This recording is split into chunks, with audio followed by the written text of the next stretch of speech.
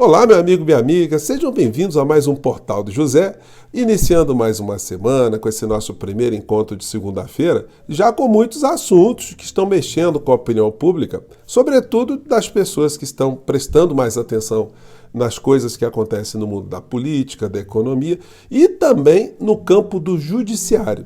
A nomeação de Cristiano Zanin para o Supremo Tribunal Federal está causando muitos debates em função de algumas surpresas que estão sendo dadas ali nos votos de Cristiano Zanin em questões muito sensíveis para o campo do progressismo, para as pessoas que acreditavam que, sendo uma indicação de Lula, que essa indicação estaria tendo um comportamento mais coerente com as lutas sociais de uma maneira geral, fato esse que não está acontecendo. Mas isso também tem um aspecto positivo, porque funciona como uma espécie de alerta para que a gente tenha um aprendizado maior sobre a responsabilidade que tem o chefe de Estado do nosso país e o Senado ao chancelarem todos juntos o nome para alguém que vai compor uma corte constitucional e que ficará até os seus 70 anos, até se aposentar. Ou seja, no caso de Cristiano Zanin, ele ficará no Supremo Tribunal Federal até o ano 2050. Isso não é pouca coisa, né? Mas como o presidente Lula fará novas nomeações, agora tenho certeza absoluta que os debates se darão num outro patamar, num outro nível. Agora, em relação à nomeação de Cristiano Zanin, não há o que fazer, há apenas o espaço para emitirmos as nossas opiniões e questionarmos, né, alguns entendimentos, não só do voto isolado dele, mas o comportamento de uma Suprema Corte, como é o caso aqui no nosso país. Ao mesmo tempo, estamos vendo a corrosão gradativa e irreversível da figura da imagem do ex-presidente da República, que todos nós já sabíamos que era uma pessoa absolutamente desonesta em tudo, em todos os campos. O campo político, o campo moral, o campo espiritual, enfim, o campo familiar. É uma figura que não tem o que ser apresentado como positivo, exceto para as pessoas que estão absolutamente fanatizadas. Pois bem, no meio militar, a corrosão está num nível absolutamente como eu disse para vocês, se em outros setores já está irreversível, no campo militar a coisa está mais complicada. Eu vou explicar aqui para vocês por quê a partir desse nosso encontro de agora. Antes de mais nada, é sempre muito importante convidar você que está chegando agora ao nosso portal e não nos conhecia, para que você se inscreva aqui conosco, você que é muito bem-vindo, enfim.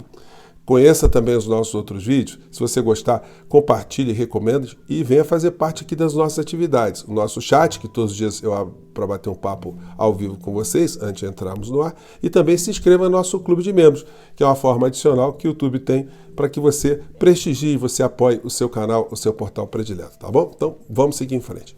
Bom, gente, resgatando um pouco aqui a questão do Zanin, né?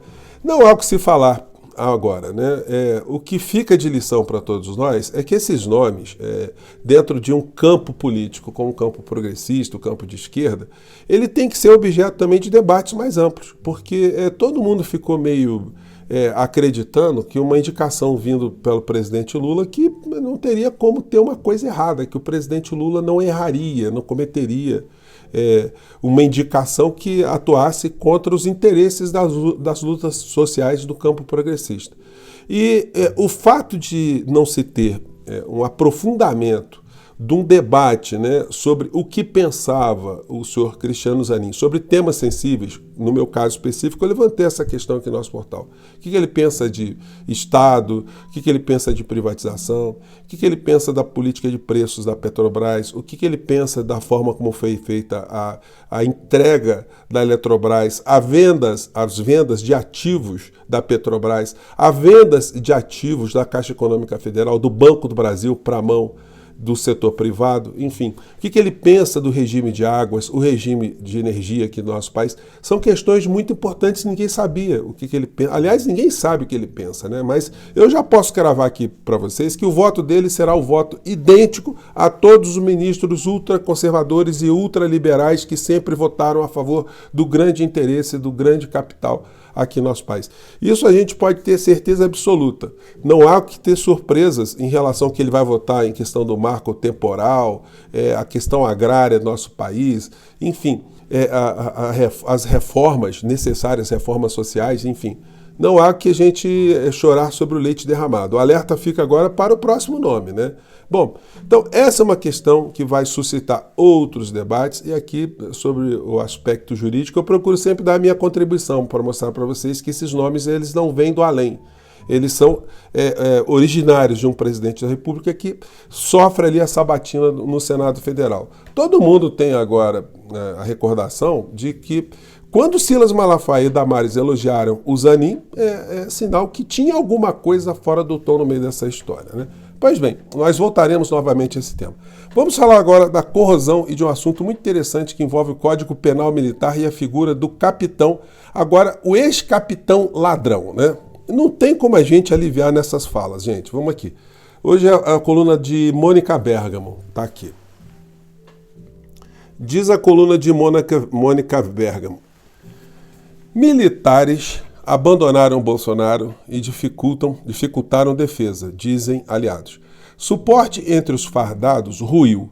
Na opinião de pessoas próximas ao ex-presidente, depois do envolvimento do general Mauro Lorena Cid no caso das joias.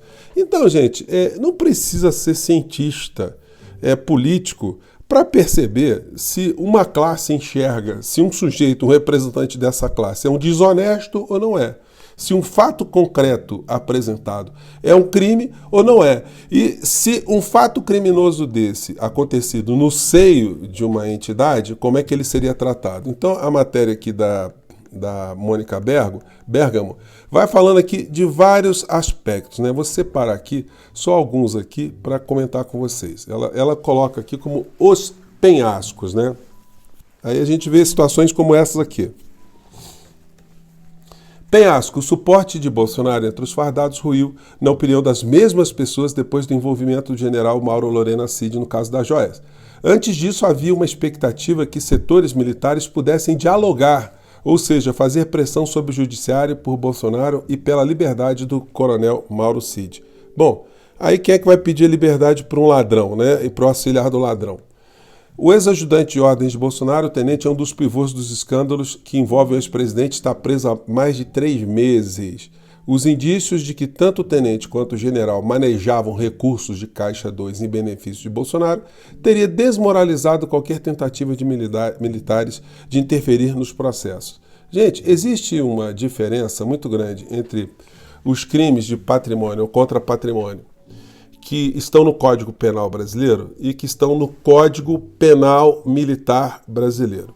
Por exemplo, no Código Penal brasileiro, uma figura chamada furto de uso não é punida criminalmente. Por exemplo, se alguém furta um automóvel, estou dando um exemplo bem claro, e de alguém na garagem de um prédio, sai para dar uma volta, vai para a churrascaria, passa num posto de combustível, reabastece o carro, coloca o carro na garagem no mesmo ponto e a chave fica entregue ali ao proprietário, não há crime nenhum, porque não houve a apropriação definitiva de um bem, a pessoa não ficou com o bem para si, só o fato de ter usado não representa um crime no direito penal. Pode representar ali um caso a ser ajuizado na justiça civil, um dano moral, uma reparação de um pequeno dano, enfim, alguma coisa.